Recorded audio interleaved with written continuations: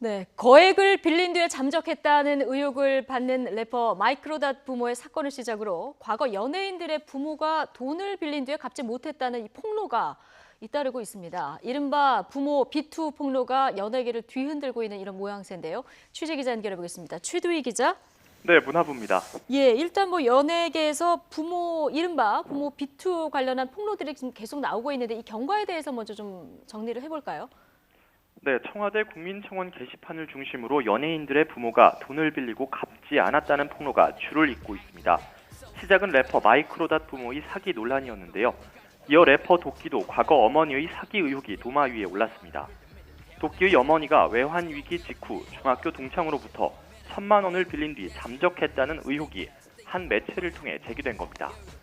여기에 청와대 국민청원 게시판엔 1988년부터 가수 B의 부모에게 모두 2,500만 원을 빌려줬지만 받지 못했다는 글이 올라오기도 했습니다.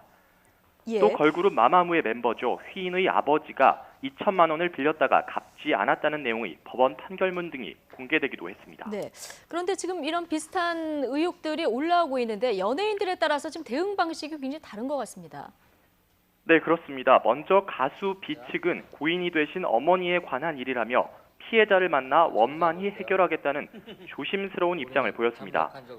반면 래퍼 도끼는 일단 개인 SNS 방송에 나와 민형사적으로 종결된 사건이라며 일단 부인했는데요. 한번 들어보겠습니다. 내 한 달 밥값밖에 안 되는 돈인데 그거 가지고 그 당시에 그거를 빌리고 잠적을 해서 우리 삶이 나아졌겠어요? 그걸로 집도 구할 수도 없는데. 네, 하지만 비난이 커지자 래퍼 도끼는 어머니의 채무 사실을 뒤늦게 알았다며 아들로서 도의적인 책임을 지고 피해자와 합의를 거쳐 변제를 약속했다고 전했습니다. 또 마마무의 휘인은 부모가 이혼한 이후 아버지와 떨어져 지냈다며 피해 사실을 접하고 당황스럽지만 가족과 상의해 원만히 해결하도록 노력하겠다고 밝혔습니다. 예. 자, 어쨌든 지금 연예계 부모 비투 관련한 폭로가 계속 확산하고 있는데 이거 어떻게 봐야 됩니까? 네, 일단 의혹이 제기됐다고 해서 해당 연예인이 잘못이라고 마녀 사냥식으로 무작정 몰아붙이는 건 위험하다는 지적이 적지 않습니다. 네. 일단 피해자라고 주장하는 이들에 의해 일방적으로 의혹만 제기됐을 뿐 아직 진위조차 가려지지 않은 상황이기 때문인데요. 게다가 법적으로도 부모의 빚을 자녀들이 갚아야 할 책임도 없습니다. 부모의 빚까지 상속받지 않는 이상 자녀가 부모의 빚을 갚을 의무는 없기 때문인데요. 이에 따라 일각에선 가족 구성원이라는 이유로 연예인에게 책임을 묻는 건 현대판 연좌제라며 과도하다는 지적도 나옵니다.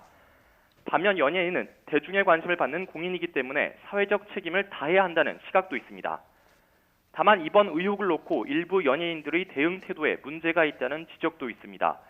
이에 따라 앞으로 유사 사태에 대해 연예인들의 신중한 대처는 물론 대중의 적절한 자제도 필요해 보입니다. 지금까지 문화부에서 YTN 최두입니다.